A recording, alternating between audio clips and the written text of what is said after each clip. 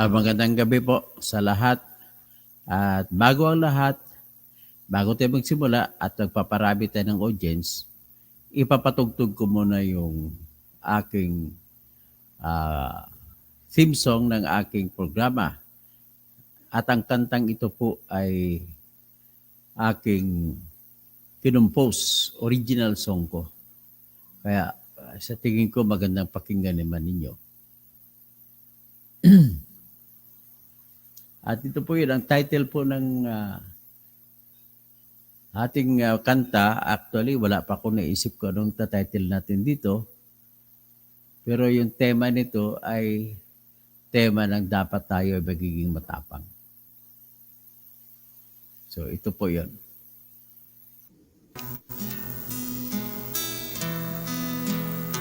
Magandang gabi, Relly Asistio. Perez, Maya Paabigay. Buksan mo ang puso mo, bayan ay may pag-asa pa. Susi ay baguhin lang, sistema ng hustisya, sistema sa daang taon na niloloko, inabuso.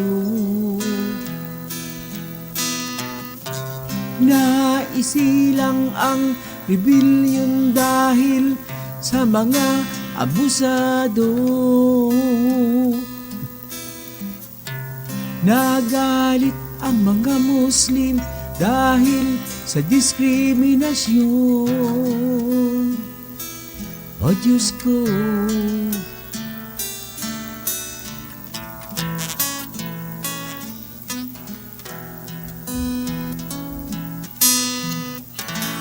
Tara na po, babaguhin natin ang ating bayan.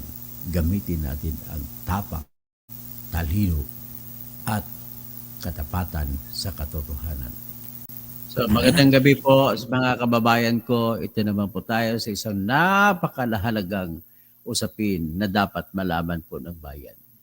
At ang itong ating usapin po sa ngayon ay may tanong. Yung mga bank accounts ba na ipinakita ni dating Senador Antonio Trillanes doon sa Quadcom hearing ay kay Duterte ba yun? Yun ang ating tanong sa ngayon. Kung ang tanong na yun, anong isasagot natin? Well, makinig na lamang po kayo at kung ako tanongin nyo, tingnan nyo kung ano ang magiging sagot ko dito. At dito nyo po malalaman na ang inyong makikita ay talagang totoong-totoo na kay si Duterte ang may-ari nito. Ang aking ginagamit dito po na ginagamit po rito na na basihan ay hindi po standard evidence.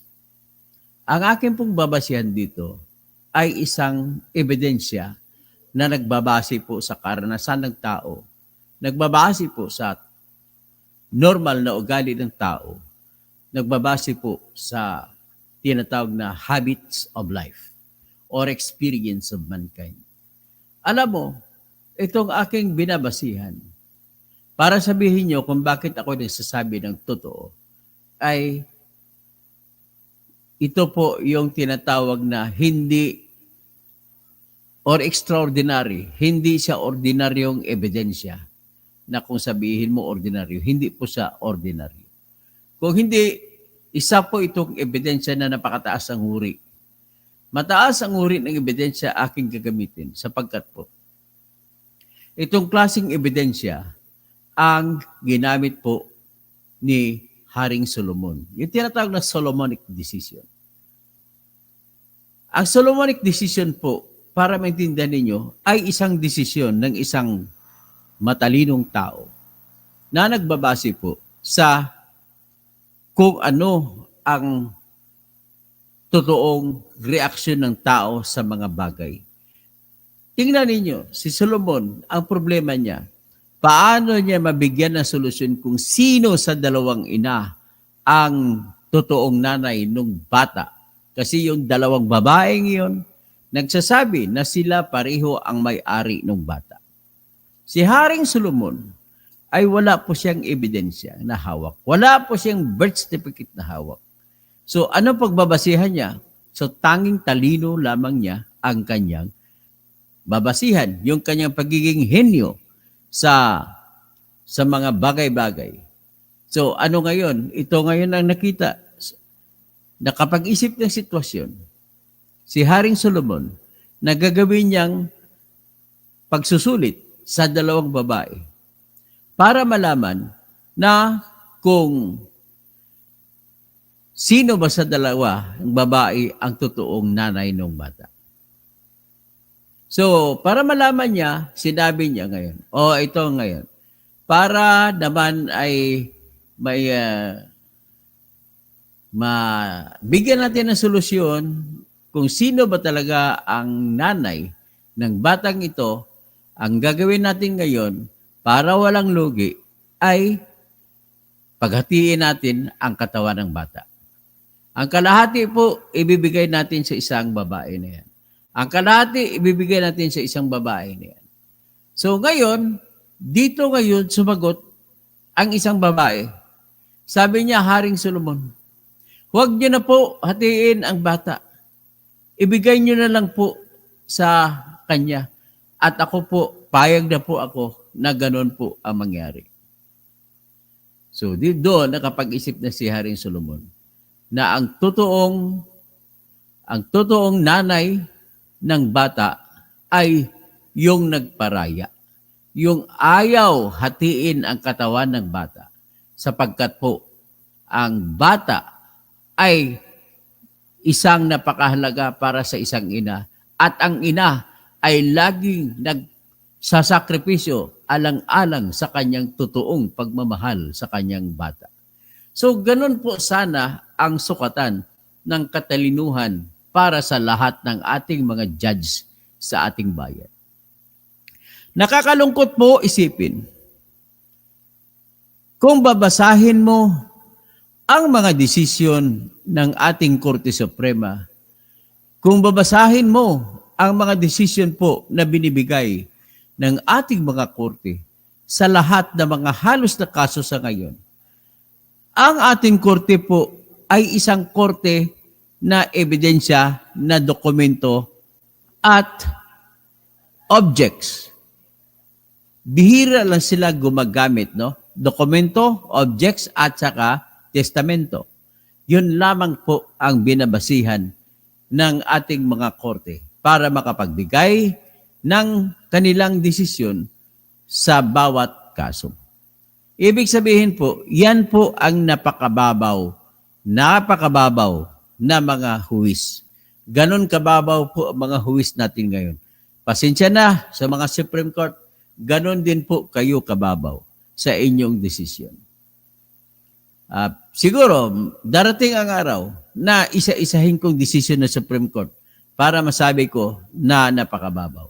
Sa ngayon po, ang ating pag-usapan, totoo ba na ang mga pinakita ni Trillanes na mga bank accounts ni Mr. Duterte kuno ay si Duterte ba talaga ang may-ari? Yan ang tanong. So paano natin sasagutin yan kung iyan ang tanong? So sagutin natin yan ng matalinong basihan at matalinong pag-aanalisa. Okay.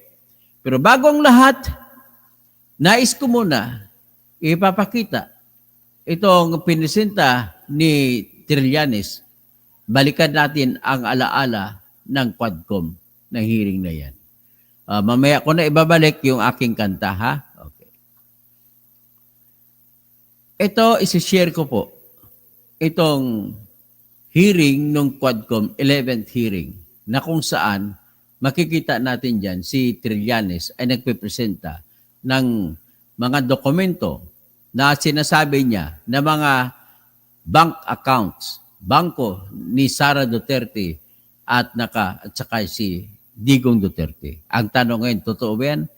Alalahanin niyo po ang kabuuan ng deposito nito, umaabot po mahigit ng 2 bilyong piso. Ito po yung sabi na sa ebidensya ni former Senator Antonio Trillanes ay datos lamang ito bago maging presidente si Digong Duterte. Ang ibig sabihin po, hindi pa sa presidente, kumikita na siya ng malaki. Kung totoo yan. Okay? Ngayon, nakabase sa aligasyon ni Antonio Trillanes na yung mga pera na yan ay wala namang ibang pinanggalingan kasi po, wala namang ibang hanap buhay itong mga Duterte kundi politika. Kung politics ang pag-usapan, pwede siya magnakaw sa kabanang bayan ng Davao City. At kung titingnan mo naman ang confidential fund ni Duterte nung siya mayor, ay maliit lang, nasa 200, 300 million. Pero, nung tiningnan mo yung confidential fund ni Digong Duterte nung siya Pangulo ng Pilipinas ay hindi po bumababa sa 4 na bilyon bawat taon. Kung ang ibig mo sabihin ito, kung 6 na taon po siya naging presidente, 6 times 4 is equals to 24 billion pesos na tumataginting. Ang malawak na kanyang pagpipilian kung paano niya gagawin, gagastusin ba, ibulsang iba, ibigay ang iba para sa war on drugs, ibigay para sa rewards. Ganon po ang totoo naman nangyari. Ito nung siya presidente na. Binigay niya rewards, sabihin na natin, marami na yung tinatawag na 1 billion na ginasta niya para sa mga rewards. So kung 24 billion ang naipon niya, so ibawas mo 1 billion at ibawas sa pang-iba, so hindi po bababa sa 12 billion pesos ang nalikom ni Digong Duterte bilang kanyang pera ngayon na tinatago sa kanyang kaban. At kung totoo itong sinasabi ni Trillanes, ibig sabihin, ganun talaga pala ugali ni Digong Duterte. Okay? So bago natin pakinggan si Trillanes, nais ko muna magbati. Si Presperes, Maya Pabengi, Reli Asistio, Bindagahe from Rome, Italy, Efren Tan Barreto, Rizalino Ansiro, galing sa pera ng mamamayang Pilipino. Ricardo O, good evening, Dr. Toto Bunyog Kausing. John Patrick Di Mesa, good evening po, attorney. Renato Serra, Dr. Toto, good morning, watching from New York City. Lady Peralta, Diosdado Villa, tapos si Ida Braid, God bless you. Tapos Ray Vilangel, Christopher Talabukon, Socorro Luciano. Good evening, Attorney Toto Kausing. Prayer for you to sustain and overcome the challenges along your way in your fight against injustices and corruption. Thank you for praying. Jonalyn Antone, Attorney, lahat marunong ka, ibubuto kita para senador. Pangampanya kita dito. Salamat po, Jonalyn. Roger Buri, good evening, Attorney General Toto Kausing, our future senator for 2025 election. Bueno Balbieran Carta. A.S. Makisi, good evening po. Rene Raganas, sobra talaga ang mga Duterte. Estrelito Jose Salvar, ang mga magnanakaw nga namang mga Duterte. Jupiter Pluto, magandang gabi po, Engineer Toto. So Mel Mendez Bulabos, mga mandurugas ang mga Duterte. Pipot Bergancia, mabuhay ka idol, the singing senator. Yoy Ong, watching live in Antarctica, campaigning hard for katotohanan. Kabunyog, Dr. Attorney Engineer Toto Kausing. Okay. Exi Nidia, good PM. Kabunyog. Tapos si Kabunyog John Kabinbin sa Batangas. Tapos kaya natin to, tuloy-tuloy na laban. Umom Reacts, Fernando Rafael Cuervo. Buenas noches, Señor Fernando Rafael Fernandez Cuervo. In La Rioja, Logroño, La Rioja, España. Viva, Tulits Danukon, Salute, Engineer Toto Kausing, Julian Garcia. Good evening po, Attorney Toto Kausing, para Senador. Nakasuporta po kami from Laguna. Maraming salamat. Tulits Danukon, ibuto po kaya kapo namin, Attorney Toto. Vivian Sarimo, 59 pesos na ang $1. Wow, tumas na, matindi na. So, bumabagsak na naman ang ekonomiya ni BBM. Danilo Salcedo, more power to you. Aga Gonzales, kung may tunay na ebidensya kayo, dalhin ninyo sa korte. At kung di totoo yan, paano kung ikaw naman kasuhan? Walang problema yan. Kailangan matatag ka. Kung talagang totoong tao ka, you have nothing to be afraid of. And in this case, if Duterte is indeed very sure that he has no money such as this big, then he has nothing to worry about. Pero ang problema, takot siyang pumirma. Dynamic person, ang kanyang ginagawa, kunwari, pirman ko yan. Kunwari, pirman ko yan. Kapag sabay-sabay kami magpakamatay dito. O di kaya, anong gagawin niya? Magpabibitayan lang daw sila. Kusay na bato, ayong gabi, Attorney Toto, kasi mabuhay ka. Papaya magawi. Orland, sabay. Diamond Sky Power, Jollibee, Bistado, Ladlad, Nahukay, Tinatago, Sara Digong. Tapos Ara Resente, Celerino Caluwag, Andres Efren Rillion, Mel Yanga, Isabelo Banyaria, Roel Kaagbay, Dynamic Force, to sinaw nga kayo imong ulo, kahanap ng butas ng mga Duterte. Walang problema, kalbo tayo, wala tayong magagawa eh. Jomel Bautista, grabe, talaga malalaman ng mga katiwalaan nila, salot sa mga lumalaban sa kasamaan. Mon Barbas, good evening. Domingo Ligario, maayong gabi, Dr. Engineer Toto Bunyog Kausing. Luis B. Santos, siguradong makakatulong ang senador. Alam mo yung Luis Santos, yan po ang mayor dati ng Davao City, ang pangalan. So, nagiging DILG, yan ni Marcos nung araw. Yun ang kalaban ng Duterte. Naging kalaban niya, pero matanda na kasi.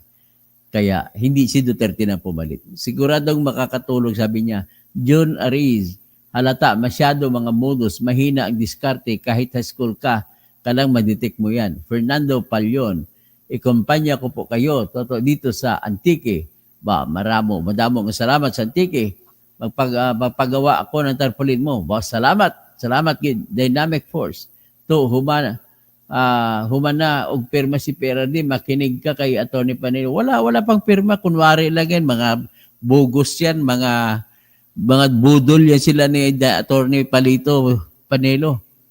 Nelson Lirio, Senator Toto, ibubuto ka namin ng aking pamilya para mababawasan ang korupsyon sa bayan natin. Makaasa ka po pag manalo tayo. Alhiani, Aloha Angel, Mag-amang Duterte, magnanakaw. Chris Manikad, naimbag nga Rabin, King ka Sen Dek ka Toto Kausing. Okay. So, Mapia Bengi, maimbag Rabin, at saka, asa yung ano ko? Where's my bag?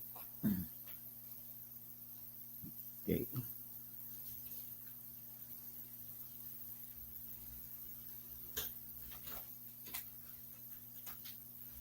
Okay, anyway, pagpatuloy lang natin ito. Ito po, pakinggan muna natin si Trillanes. Kay Duterte noong 2016, tinitignan namin kung merong mga pumasok na pagkapirahan dito po sa kanya at doon nga po kami nakakita ng mga deposito sa sa mga accounts ni Duterte galing po dito po sa grupo ng mga drug lords na ito. At kung papayagan po, Your Honor, meron po akong PowerPoint presentation para po makita po nila kung ano yung sinasabi ko na money trail, paper trail dito po sa drug proceeds ni Mr. Duterte and his family. How many minutes will be your presentation? Ano na po yan? 5 slides lang po ito. Pero I will focus on the last slide lang ho. Sige, Mr. Chairman. Sige, go ahead, Mr. Trillanes. So, ito po ang sige, doon po sa mga unang slides muna. Ayan. So ito po yung mga bank accounts na nakalap ko po ito noong 2016. Tapos ito po ay na-validate na ng ombudsman na kaparehas nga nung naisumite ng AMLAC sa kanila. Kaya ano po tayo, kumpiyansa po tayo sa provenance nitong dokumentong ito. So, sige po, next slide. Ito po yung mga iba't ibang mga pumasok na pagkapirahan kay accounts ni Duterte. Tapos, sige po, next slide. Yan. So, ang total po ng mga credits na pumasok ay 2.4 billion. No? Ngayon, kung ano talaga yung actual total, malalaman po natin yan pagka binuksan po yung accounts. Ngayon po ito, no? Ang pagkakamali po ni Mr. Duterte nung nagtatago siya ng pagkapirahan ay ginawa niyang joint account yung kanyang anak na si Vice President Sara Duterte. Kaya ito po ay alam po naman natin na exempted sa bank secrecy law ang impeachment. So lalabas po yan lahat. Sige po, next slide. Ito po yung last slide. No. Dito po, meron po ito pong mga transactions na ito. Meron pong kay Vice President Sara, meron po kay Duterte, meron po kay Baste Duterte, meron kay Pulong Duterte, at meron po kay Hanilet Abansenya. Ito pong mga ito ay mga managers checks under their name na ang origin po ng account ay yung isa dun sa mga drug lords na minention ni Las Cañas na si Sammy Uy. Ito po, ano ito? Siguro ng mga panahon na yan, 2011 to 2013, medyo kumpiyansa sila sa kanilang mga gawain, kaya may physical na checks, no? Pero after that, ang mga deposito diretso na sa account, so wala nang paper trail. Pero makikita natin dito yung pattern po, Mr. Chairman. Nagdidibidendo yung drug lord doon sa pamilya nila Duterte tuwing October at April, no? Kaya sunod-sunod po yan. And by the way, makikita po natin si Vice President Sara, meron po siyang dalawang checking in-encash dyan under her name, manager's checks. Tapos ito po ay while she was mayor, no? Kaya yan ay direct bribery, no? Tapos process of the illegal drug trade. Ito po ang naging pruweba natin. Kaya nung cross match po namin yung dokumento na kuha namin at dito sa mga personalidad na minention po ni Arturo Las Cañas, na-confirm namin yung kanyang istorya. Nakita niyo po dyan, si Duterte, pareha sila ng amount na in-encash, no? Tapos itong mga anak, sila Baste Duterte, ayan po, tagte 10 million every 6 months. Kay Pulong Duterte, meron din. Ngayon po, lahat ito ay hawak yan ng mga bangko mismo. Meron silang physical copy, meron silang soft copy netong mga sinasabi na ito. Kaya hindi po yan pwedeng i-deny lang kasi alam naman natin yung mga estilo ni Duterte, mag-a-admit konti pero magde-deny to confuse everyone. Pero ito po yung smoking gun, Mr. Chairman. So, yan po, we concluded na peke talaga ito. Ginagawa niya yung war on drugs para proteksyonan niya yung sindikato niya na sina Michael Yang, Sammy Uy at Charlie Tan. So, kaya po nung nung sa Davao pa lang, pinapatay po nila yung kompetensya. Tapos nung sila nga ay ang presidente, ginawa nilang National Death Squad, ano, yung nangyari. Tapos si Leonardo nga po yung ginawa niyang point person. Tapos yung drug list na sinasabi ni Duterte, merong legitimate mga personalities doon, galing doon sa mga iba't ibang ahensya. Pero pag may kailangan silang isingit na mga kalaban nila sa drug business, sinisingit po nila doon. Kaya nga may mga tinutumba na mga involved din sa illegal drugs kasi kompetensya nila yon sa distribution. Kaya yan po lahat na yan ay napagtagpi-tagpi namin. So kaya that would explain kung bakit protektado si Michael Yang kahit na may report itong si Colonel Asierto. Tapos hindi lang po yan, nung nilabas po yung report na yon, sa sobrang pagproteksyon nila kay Michael Yang, yung mismong gumawa ng investigasyon, yun yung gustong ipapatay at sinampahan ng kaliwat kanang kaso. Kaya makita natin dun sa mga drug lord na hindi kasabwat sa sindikato ni Duterte, ano siya, porsigido siyang patayin, pero doon sa kanilang grupo, itong mga ito na mention, Michael Yang, Charlie Tan at Sammy Oy, protektado hanggang ngayon. Ni nga si yung PDEA director ni Duterte na si Wilkins Villanueva, ni hindi nga masama sa drug list hanggang after 2022 si Michael Yang. Yun po ang dahilan kasi binilin po sa kanya yan ni Duterte. Salamat po. So, nakita mo, ang habang nagre-report si Trillanes, nakapanood lang si, si Duterte. So, ang ibig din sabihin nito ay ano ba ang ginagawa ni Duterte dito? Kita mo siya, parang sanay talaga. Kung ako tanongin mo, talagang sanay siya sa mga diskarte. Kaya kung sanay siya sa mga diskarte, so ang pinapakita niya, baliwala, hindi naman totoo yan. At dito, makikita niyo rito na siya po ay naghamon pa, pipirma daw siya. So yan ang sinasabi niya, napipirmahan. Pero ang style nga, sabi nga ni Trillanes ay bawi, laban, bawi, laban, bawi. Oo, pero pirmahan tapos final, hindi. So, ganun po ang ginagawa ni Duterte. So, kung ganun ang ginagawa niya, ay ano ngayon yung paano ngayon dimiskarte si Mr. Duterte. So, kanyang sinasabi ay pwede niyang anong ginagawa niya? Sabi niya, magpapakulo magpapakamatay ako kung totoo yan. Parang ganun ang sinasabi niya. Kaya kung tapos sabihin naman niya, gagawa siya ng senaryo, babatuhin o kung anong issue. Sa bandang huli, ang sinasabi niya, hindi ko naman pwede pirmahan yan kasi ang asawa ko, kasama ko, may pribado na buhay ang asawa ko, hindi ko pwede kontrahin.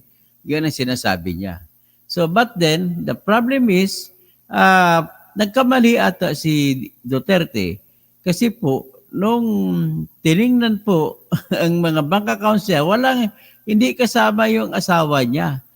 Pero baka kasama si Sheleito Abansin niya.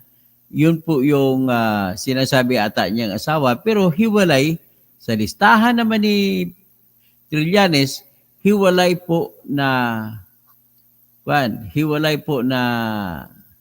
account number ang kay kay Sheleito Abansin niya. So ngayon, ito na nga natin ngayon ang tanong, sagutin natin isa-isa ang tanong. Okay, ang tanong, sino ba talaga may-ari ng account na yun? Okay? Ang account na yun, ang istorya na yan, nung mag-umpisang election noong 2016 ay pinakita na ni Mr. Trillanes yan. At ang pinakita, hinamon niya na si Duterte noong araw na tumatakbo din si Trillanes noon na bilang isang vice presidente. Nagkahamunan pa kasi sila doon, kung matandaan nyo, makikita din sa BPI na bangko doon sa Julia Vargas sa may Ortigas Center. Tapos sumipot si Trillanes, pero ang kay Duterte, ang sumipot yung abogado niya na si Palito, si Attorney Salvador Padelo. So, tapos may pinirma nga, pero malabo. Lahat kumbaga yung dirty tricks ng isang abogado, yan po ginagawa niya. Eh siyempre, kahit nagdadisbar ako, abogado ako, kabisado ko diskarte ng yung mga diskarte ng mga pautot. 'Di ba? Kunwari, papaano ka? Mga pautot. So, iyan ang una po na indikasyon sa tinatawag na Solomonic wisdom. Ano ba talaga ang basehan mo? Kasi wala ka makitang ebidensya na papel. So, ano gagamitin mo ngayon na ebidensya para sabihin mo na magkaroon ka ng conclusion? Ang aking conclusion dito, si Duterte, totoo yun sinasabi ni Trillanes. Ngayon, kung isasama mo dyan, sabi ko nga kanina, pati yung kinita niya sa ngayon ay hindi po bababa sa 12 billion pesos ang naipon niya na sa hanggang ngayon. Yan po yung katotohanan sa buhay nitong nangyayari sa atin. So, unang indikasyon yan, yung pag-atras abante, pero sa totoo, umatras na sa hamon na pipirma. Ang katotohanan ng buhay ay ayaw niyang pumirma. Yan po. Kunwari, nagdadrama-drama na lang siya kung ano, may kondisyon kunwari na maghikog. Kasi sa salitang Cebuano, ang hikog, yan pong ibig sabihin yun ay magpapakamatay. Yan ang ibig sabihin. Ang hikog, magpapakamatay. So ngayon, kung ganun ang diskarte niya, ano mangyayari sa atin? Eh di, talaga para kung magugulo ka lang kung para sa kanya o hindi. So anyway, ang tinatanong lamang natin dito, conclusion. Number 1. Number 2 ay ang katotohanan na no less than sa iyang pinaka-close na tao, hindi niya tinanggi na si SPO3 Arturo Las Cañas ay kanyang naging tao. Hindi niya tinanggi sa kabila ng lahat ng katotohanan na nagsasalita ng masakit na mga salita si SPO3 Arturo Las Cañas na sa pagtuturo kay Duterte na siya ang kanyang amo at siya ay isa sa mga killer ng DDS ay hindi makatanggi si Duterte. Ibig sabihin po ay talagang na-establish na natin na si Mr. Arturo Las Cañas ay alam niya ang buong pagkatao ni Duterte at hindi natin pwedeng sabihin na nagsisinungaling siya kung may sasabihin siya patungkol kay Duterte. Ang isa sa mga sinabi ni Arturo Las Cañas ay yung si Duterte ay anong nangyari ito? Si Duterte po ay nakakitaan niya na nagpapakamatay. Siya mismo ang isa sa mga inutusan na patayin yung 5 na construction worker na gusto, nagalit doon si Michael Yang at nakita ng 5 construction worker ang tinatawag na laboratorio ni Michael Yang sa panahon na yon. So, kung nakita ng mga tao na yon at si Arturo Las Cañas mismo nakakaalam kasi silang inutusan para patayin yung mga construction worker. Lo and behold, pinatay. So, wala ako pong katwiran para sabihin na hindi maniniwala kay Arturo Las Cañas. Nasa kabila ng katotohanan, talagang dapat ako maniwala sa sinabi ni Arturo Las Cañas. Sabi ko nga una, dikit siya doon. Lahat, bakit ako maniniwala? Pangalawa, maliban sa hindi siya itinanggi ni Duterte na kanyang sariling tao, ang lahat po ng kwento na ginawa ni Arturo Las Cañas ay napaka-detalyado. So kung hindi mo alam, hindi ka makakakidetalye. Number 2, kung magsalita po tuloy-tuloy, ay walang patid. Number 3, ang pagdugtong-dugtong niya ng bawat detalye ay hindi kumukontra-kontra. Bagkus, tumutugma. Ang tawag niyan sa English, logical and coherent. Sunod, wala pa siyang pag-alinlangan, straightforward kung magsalita. At pagka sunod na, sabi ko, detalyado, yan ang mga badge o di kaya indikasyon na ang isang testigo na nagsasalita ay nagsasabi ng totoo. Nakita ko naman siya, ilang beses siya tinanong sa mga interviews at sa Senate hearing, nagsasalita siya na nung huli, kasi nung una, tinanggi niya. Pero nung huli, nagbago siya ng isip. At talagang credible si SPO3 Arturo Las Cañas. Sunod, klaro na pinatay ni Arturo Las Cañas ang dalawa niyang kapatid na sa droga. Yan ang nagpapakita na sa kanyang katapatan kay Duterte. So kung ganon, wala ka ng duda para sabihin mo na ang lahat ng sinabi ni SPO3 Arturo Las Cañas ay totoo na si Duterte ay tawag niya drug lords of all drug lords. Okay? The king of drug lords, the superman of drug lords in southern Philippines. At kasunod pa niyan, marami pa siyang ginikwento na samahan nila na siya pangang inutusan para patayin si June Porras Pala na isang matindi pa kay Percy Lapid yun kung bumanat. Pagkatapos kasama niya yan ni June Pala si Duterte noong araw at nang lumalaban sila sa NPA. Yun tinatag na alsamasa noon. Kaya hanggang sa huli na nawala na yung mga NPA doon sa Davao. So, nevertheless, ano pa bang ibang kumbasihan para sabihin ko na totoo yung sinasabi ni Antonio Trillanes? Ang katotohanan na may pera na na-produce at hindi naman kayang gagawin ng isang tao sa kwento-kwento lang, maglalagay ka ng napakaraming number sa isang account numbers at maglalagay ka pa ng address. Tumugba po, ang address ay yung kay Basti pa na address ang nangyari.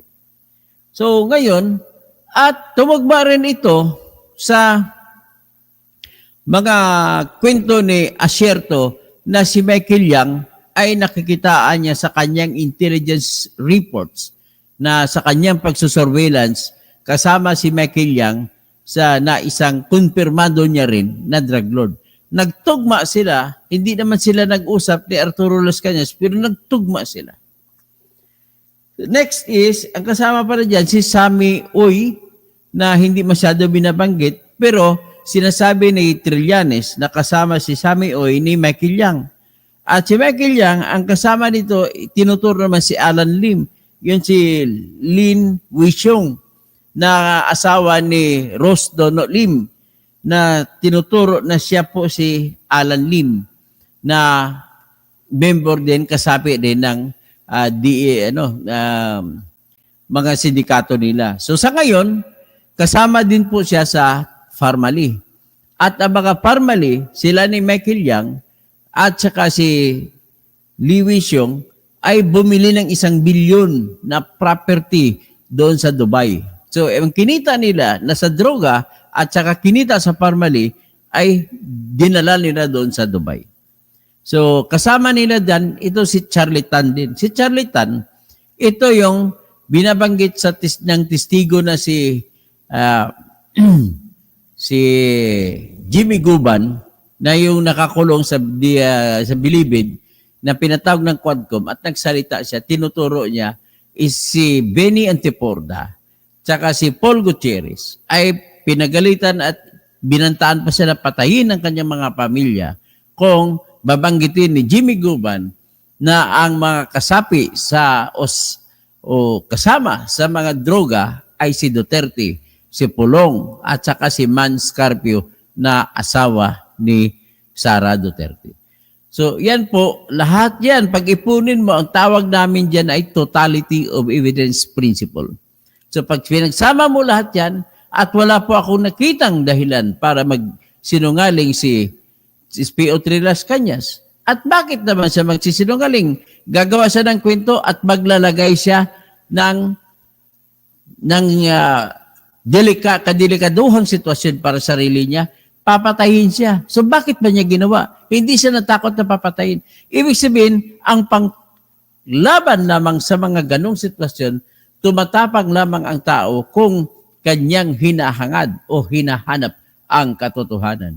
Kagaya po sa akin, malugod kong ipinagmamayabang at hindi po ako natatakot at hindi po ako nagbibiro, hindi po ako nagyayabang para sabihin ko na ako ay may angking talino at angking tapang.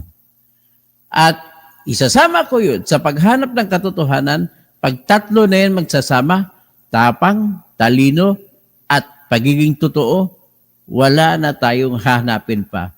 Uunlad po tayo. Yan lamang po ang aking maialok sa aking mga kababayan kung bakit ako ay namimilit na tumakbo ng pagkasenador. Samantala, ako naman ay hinaharangan ng kumilik. At hindi ko na babanggitin, siguro ilang ulit ko na nasabi na kung bakit nila ako hinaharangan ay dahil ilang beses, megit 20 ko na sila beses na tinira sa vlog na yung kanilang pagsisindikato sa Smartmatic, pagsisindikato sa Miro kung saan sila sinuhuran ng 1 bilyon ayon naman sa ebidensya na pinakita ni Dan Marcolita. Okay. Sa ebidensya, naniniwala ako sa ebidensya ni Dan Marcolita na isa ring kapwa ko na tumatakbong senador na naglabas siya ng katibayan na nagdeposito sila ng tig $100 sa 2 account numbers na nasa Cayman Islands. At nang dinepositohan nila, tig $100, naglabas ito ng resibo na nagpapangalan na ang may-ari ng account ay si George Erwin Mujica Garcia at may address pa na sa penthouse dito sa Pilipinas. So, ang tanging depensa lamang ni George diyan is hindi daw siya pumunta roon. Well, nakalimutan nata nila na meron na po ngayong mga bangko na pumapayag magbubukas ng account na kahit online. Kagaya sa akin, nagbukas ako ng aking BPI account. Nagbukas ako ng aking Union Bank account na online lang ako. Na hindi naman ako pumunta sa lugar ng bangko. So, nagsumiti lamang ako ng aking ID, perma, sa online. Pinakita ko lang. So, ibig sabihin, siyempre, later on, pag pumunta ako doon, magsusumiti ako, mapapakita ako ng actual at sa aking litrato. Pero ang puntos ko dito, pwede ka magbukas, habang nakabukas ng account mo, nagdedeposito ka na. Ganun po nangyari. So, ibig sabihin, hindi pwede sabihin ni George Erwin Garcia na dahil hindi siya nakapunta sa Amerika o sa Cayman Islands, ay imposibleng sabihin na wala siyang account. So, ang isa sa mga paiyak-iyak dyan, umiiyak na walang luha, ay si Commissioner Amy Pirolino, ang Pulokyo. Na kuno, sinira daw kuno ang kanilang puri na dahil sa aligasyon ni Dan Marcolita at saka ni dating Congressman Edgar Eresi na sila ay tumanggap ng suhol na 1 bilyon mula sa Miro, South Korean company, kapalit ng pagpapanalo sa bidding na magsusupply sila ng tinatawag na vote counting machines.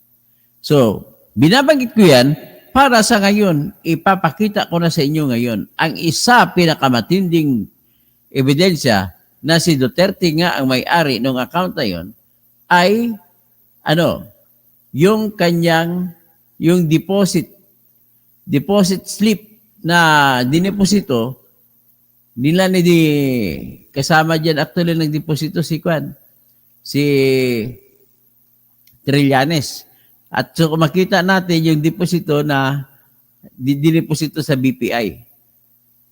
Okay? So ito ngayon ang deposito, ipapakita ko sa inyo.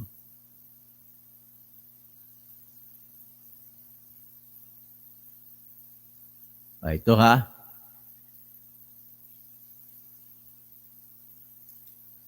O ito. Ito na. Pampapaw. Ito yung deposito ng bank account. Okay ha? Okay.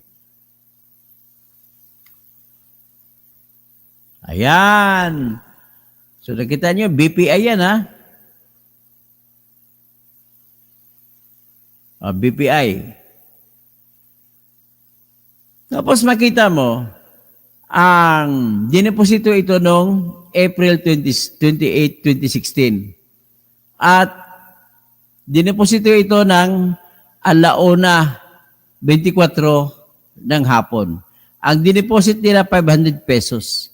Ang nakapangalan, Rodrigo Roa Duterte o Rodrigo Roa Duterte and Sara Z. Duterte. So lumalabas na binigyan sila ng tumugma yung account number na 002433 069539 na may totoong account yan. At bakit totoo? Kasi tinanggap ang deposito at naglagay pa sa resibo ng pangalan kung sino may-ari ng account. So, yan po ang katibayan na isa, bakit na si Duterte talaga ang may-ari ng account na yon. So, in the same manner na ganon din ang ebidensya nila na Marcolita para patunayan na si George Erwin Mojica Garcia ay talagang may bank account doon sa Cayman Islands. So, iyan po ang patotoo. So, ngayon, ladies and gentlemen, siguro, alam nyo na ngayon na talagang totoo na may account. Iyan po ay nagtutukoy lamang sa kinita nung panahon na siya ay mayor pa lamang. At si Sara Duterte ay naging vice mayor niya. At lumalabas, isa sa paborito niyang anak at talaga si Sebastian kasi 40 million. At paborito niya ring asawa, si Hanilit kasi may mga laman, malaki din ang laman ng bangko. No? So, ganon, ibig sabihin, kung meron man yan, meron. Ngayon, bakit meron siya ganon? Ang tanong, ang sagot lang dyan is, kasi talagang iyan po ang katibayan na siya involved talaga din sa droga. So, ladies and gentlemen, so, ang tanong ngayon, paano mapatunayan? Okay? Isang paraan sa mapapatunay kung dokumento ang pagbabasihan. Kasi kanina, pinatunayan ko, base lamang sa ugali ng tao, sa reaction ng tao, kung ano kung meron, kasi kung bakit ka takot, ibig sabihin, totoo. Kasi takot ka eh, may labas eh. Yan ang prinsipyo ng ebidensya that he who withholds evidence is presumed to be damned by evidence when evidence can only be produced. Ang evidence pinag-usapan natin dito, yung mga bank accounts. Kung sino ang nagtatago ng bank accounts at ayaw ilabas, ay siya po ay nagsasabi ng kasinungalingan para sabihin niya na hindi totoo na may bank accounts. Yan ang tawag dyan. So, so ngayon, napakita ko ng bank account. No? Ang isa pang problema ni Duterte dito, di ba nanakot si Duterte, sasampa siya ng libel case kay Trillanes. Ang sagot ko rito, yun po ay maling-mali ni Duterte. Bakit po? Abogado man ka, di ba? So kung abogado ka, ay alam mo kung anong sitwasyon. Kung ikaw pa piskal, kung kumasok ka ng libel, gusto mo patunayan na hindi totoo yung sinasabi ni Trillanes. Ngayon, paano mo mapapatunayan na hindi totoo si Trillanes sa kanyang pinapakita mga bank accounts? Mapapatunayan mo lamang yan, isa lamang ang paraan. Ipasabina mo bangko at magbibigay ngayon ng sertifikasyon at titistigo ang bank managers. At sasabihin niya, hindi po totoo yan. Ito pong record sa bangko. Wala pong Duterte dyan. Ngayon kung meron, kung ipatawag ni Duterte, taob si Duterte. Pero ang problema, kung fiscal siya, dapat alam niya na hindi po pwede magsampa ng libel case sa sinumang tao na nagsasalita sa committee hearing ng Kongreso o ng House of Representatives o ng Senate of the Philippines. Kasi lahat po ng sinabi sa loob ng hearing at mga dokumento ay protektado ng batas natin. Ang tawag diyan, absolutely privileged. Hindi pwede na na nasaklawin ng libel. At dahil ang pakay ay ay kailangan ini-encourage o hinihikayat ang mga tao na huwag matakot magsalita para kasi kailangan namin ng katotohanan kaya dapat magsalita. So para hindi matakot, tinanggal po ang parusa na libel. Yan po ang prinsipyo ng batas. So ngayon, ganun din, kung sa korte mo sabihin, halimbawa, pumunta sila sa korte, hindi na pwede kakasuhan ng libel kung sa loob ng korte at gagamitin sa pagsasampa ng kaso. Ngayon, halimbawa, sabi ko, hindi pwede kumaso ng libel si Duterte. So anong pwede niya ikakaso? Pwede po siyang kumaso ng perjury. Ibig sabihin ng perjury, panunumpa sa kasinungalingan. So nanumpa si Trillanes doon sa Quad Committee bago siya naglatag ng kanyang ebidensya. Nang ibig sabihin, pinagkakatawanan niya ng lahat na sasabihin niya at lahat ng dokumento ipapakita niya ay totoo. Kung hindi po totoo, siya po ay makakalabuso. So ngayon, tanong, pwede bang kasuhan ni Duterte ng perjury si Trillanes? Sagot, opo! By all means, pwede niyang kasuhan. Ang problema lamang po ay kung mananalo si Duterte. Ano ang sitwasyon ngayon? Kapag kinasuhan niya si Trillanes ng perjury sa korte, mapipilitan si Trillanes magdedepensa sa kanyang sarili. Isa sa mga karapatan ni Trillanes bilang akusado ay yung ipapatawag sa korte ang lahat ng klaseng ebidensya na pwedeng gamitin niya na depensa para sa kanya. Yan po ang tinatawag na nandoon po yan sa Section 12 ng ating Article 3 ng Constitution na nagsasabi, the accused has the right to demand the production of all evidence in his defense. So ngayon, pag pinatawag na ni Trillanes, hingin sa korte, utusan ng BPI, Bank of the Philippine Islands, na ilabas ang sertifikasyon kung totoo ba o hindi na may bank account si Duterte. Tapos ang laban. Isa pa na pwedeng ikakaso ni Duterte, yung pwede siyang kumaso na paglabag ng bank secrecy law. Doon, Paul si Duterte doon. Doon, nagiging lumalabas na bobo si Duterte. Bakit ko nasabi na lumabas siya bobo? Di ba sabi mo wala kang bank accounts? Di ba? So ngayon, pag sinabi mo na walang bank accounts, bakit mo ngayon kakasuhan ng paglabag sa bank secrecy law si Trillanes? Wala naman palang account eh. Ngayon kung sinabi mo na dahil kakasuhan mo siya sa bank secrecy law, ibig sabihin, meron ka bangko, totoo. Meron kang bank accounts na totoo. Yan po ang nangyari dyan.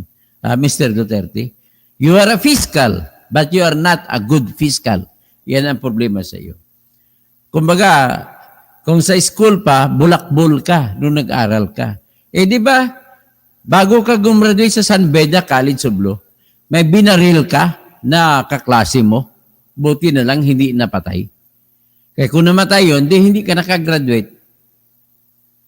Ganun po yun ang historya niya.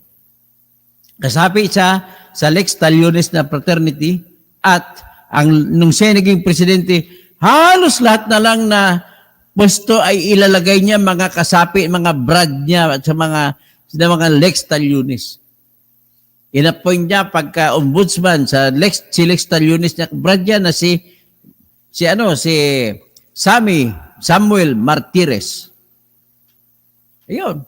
Yan ang napapasama sa bayan natin, yung brad system. Kasi yung brad system, maraming mga brad na judge, lalapitan ng isang brad na abogado, mananalo sila kahit mali-mali. Yan ang problema po sa atin. So, ang hinihiling ko lang, papakinggan nyo muna uli yung aking kanta. Para itong kanta po, magiging official ko na ito na anthem sa aking programa. Binuo ko po ito. Ako po nag-compose niyan.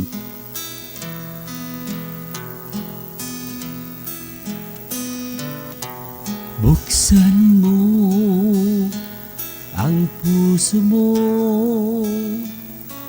bayan ay may pag-asa pa. Susi ay baguhin lang, sistema ng hustisya, sistema sa daang taon na niloloko, inabuso. Naisilang ang rebellion dahil sa mga abusado. Nagalit ang mga Muslim dahil sa diskriminasyon. O Diyos ko,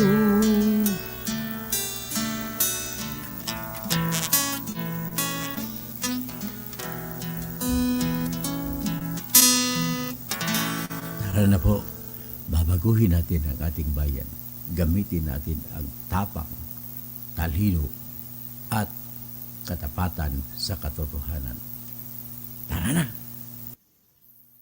So yan po ang aking national anthem dito sa aking programa.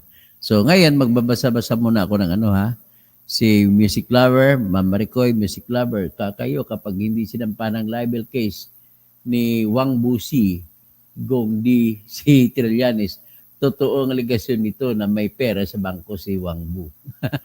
So walang duda, sabi ni Antonio Lampa, si Melchor Habalde, kung kayabangan punong-puno si Digong, best dramatic actor daw, tatay niya, sabi ni Clara.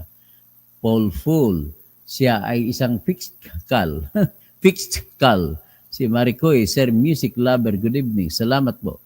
Tapos si Omom Reacts. Tapos si Maricoy, Emilis Yuson Romero.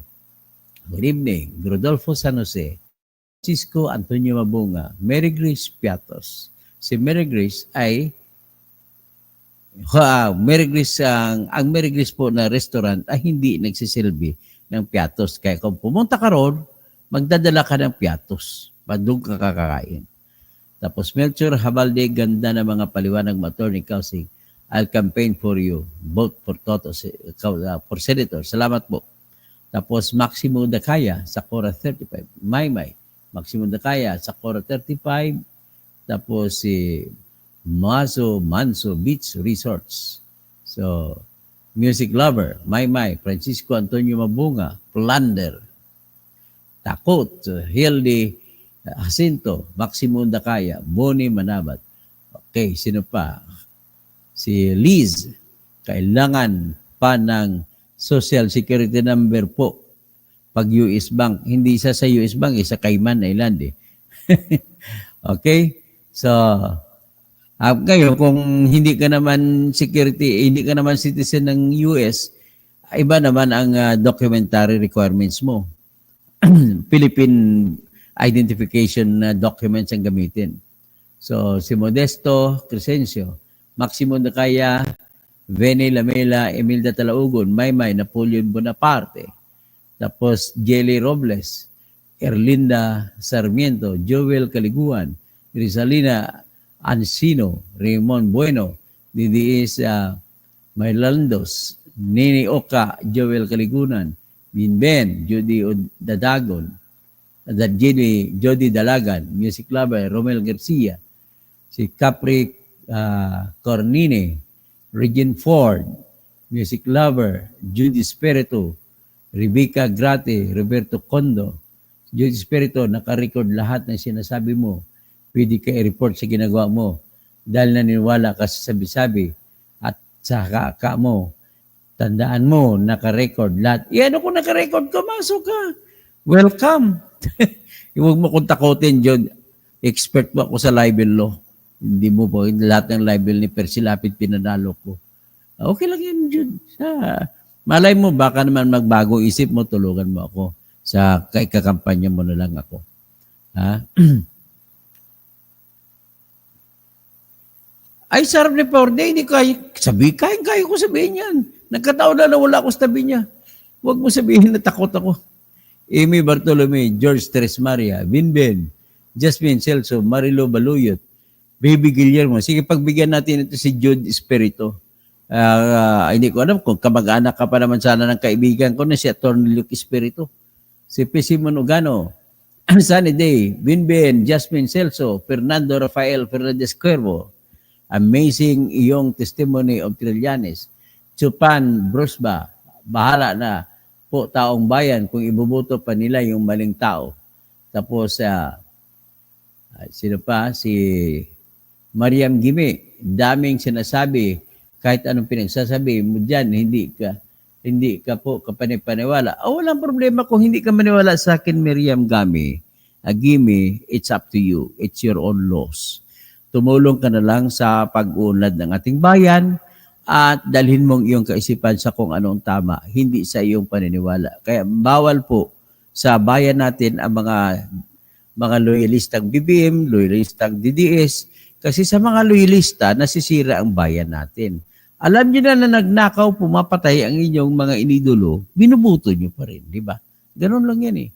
Kung yung mga ninanakaw ng mga Duterte ay napunta sana sa mga nasalanta na Bagyo, lalo yan kung ay problema nito, pare-pare sila nagnakaw.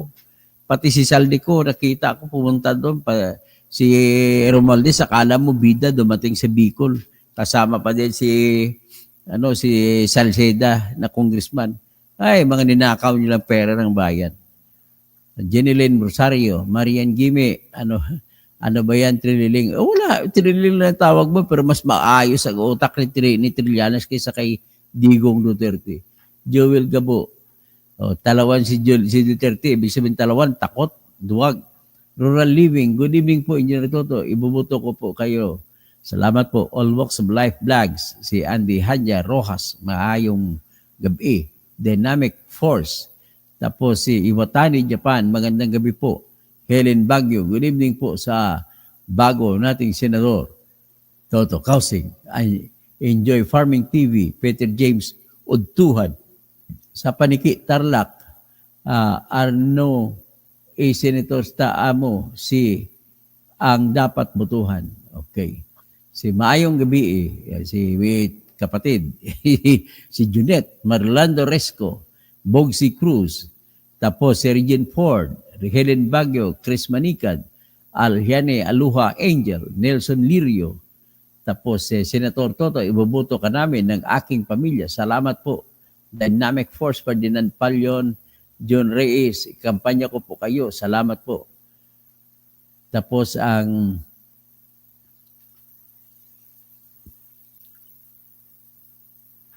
okay, Domingo Ligario, Mar Barbas, okay. Jomel Bautista, sino pa? Si Dynamic Force, Wilcagbay, Isabelo Banyaria, Mel Yanga, si Andres Efren Rillion, si Lerio Kaluwag, Ara Resente, si Diamond Sky Power, Jollibee, Orlan Sabay, Kusain Abato, Dynamic Force, Ago Gonzales, kung may tunay na ebidensya kayo, dalhin ninyo sa korte. Hindi na kailangan dalhin sa korte kasi idadalhin na sa korte ng Quadcom. Makakasuhan na yan. Ang hinihingi nyo, you can receive. Anong problema sa inyo kasi sarado ang mata nyo. Kaya kasabi na sa Sound of Silence, no one dares disturb the sound of silence. Kasi ayaw nilang ayaw na pakinggan yung mga salita na totoo. Bibian Sarimo, Tolitz Danukon, Julian Garcia, Fernando Rafael, Omom Reacts, John Kabinbin. So, okay. Sino pa? So, Amado Miranda, Maricoy, Rogelio Tapado, Ramon Gloria, Antonio Lampa, si Music Lover ulit, no? Tapos si Joe Lao, maganda salamat po. Rene Raganas, Amado Miranda, Joey Castillo. Okay? Tapos Maximo Dakaya, Erwin Varela, Alberto Alejandro, Edwin Bizon. Tapos Ronnie Pascual. Ay, musta na po? Bustoto, si Ronnie. God bless, miss you na po. Okay, magkita-kita tayo ulit. Baka mapunta Pampanga, iti-text kita. Gugong Senator Toto Kausing, Iwatani Jan Engineer Alixto Almonte, Edwin Buison, Merjan Destresa, Engineer Kausing, sabi ni Iwatani. So, Nonis Sabiner, Carlito FRC, Alex Ulin, Boy Tigasin, Boy Tigas, si Polo Carpio, si Joel Garcia, Belio Mabato, Edwin Bison, si Socorro Loseño, tapos si Carlito Arce, so Art Conuelo, Leo Jerez, Epen de la Rosa. So ngayon, maraming salamat sa inyo, no? Sa mga Pilipino na nandiyan sa Japan, Konbanwa o Yasumi. Tapos sa mga kabsat ko na imbang Arabi, sa mga Pangasinense, Maabig o Masantos Silabi, sa mga Kapampangan, Maya Pabengi, o sa mga Ibaloy, sa mga Mapting nga Idabi, sa mga Kankani, Gawis ay Labi. So sa mga Tausog, Marayaw Dum, sa mga Surigao-non, Maradyaw nga Duyom sa inyong hurot. Sa mga Cebuano, maayong gabi sa inyong tanan. Sa akong mga higala o mga igagaw sa akong asawa diha sa Bohol o asa sa Digikan, maadyong gabi. Ninja ramo patay ninyo. Tapos sa mga Waray, maayong gabi, maupay nga gabi. Sa mga Ilonggo, maayong gabi. Sa mga Karaya, parang ang Karaya parang kapampangan na salita eh. Sabi ng mga Kapampangan, Maya Pabengi. Sa mga Karaya naman salita, Mayad nga gabi. So, andyan lamang tayo. So, magandang gabi po. Digong Duterte, malapit-lapit ka na.